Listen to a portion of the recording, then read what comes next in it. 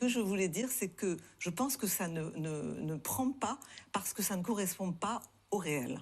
Et que en fait, le phénomène Zemmour, dans son cœur, dans ce qu'il est au cœur, et le phénomène Trump, ne sont pas des mouvements ni néo-nazis, ni racistes, ni fascistes. Et c'est ça le problème, c'est qu'en fait, on veut, ce qui est le parallèle qu'on peut faire entre les États-Unis et la France sur ce sujet, c'est que les adversaires de Zemmour, comme les adversaires de Trump, veulent leur coller l'étiquette de nazification. Ou de raciste pour Trump. Ou de raciste pour les disqualifier. Le problème, c'est que ça ne fonctionne pas parce que ça ne correspond pas au réel.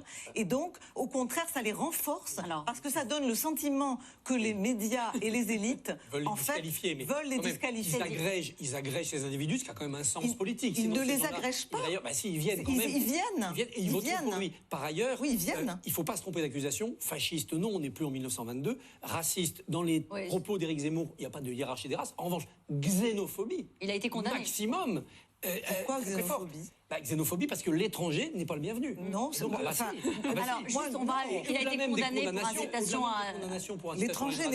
L'étranger n'est pas le bienvenu dans le cadre d'une immigration illégale où il viole toutes les règles. Laure Mandeville, on n'est pas en débat. Vous n'êtes pas porte-parole d'Éric Zemmour. Non, je ne suis pas porte-parole. Voilà. C'est vrai que cette histoire de racisme me paraît quand même un problème. Il ne faut pas se tromper. Laure Mandeville, vous l'avez dit, les choses sont claires. Ça ajoute à de la confusion. Donc je rappelle un tout petit peu à l'ordre. C'est important de manier ces concepts-là avec sérénité et avec la volonté de s'écouter.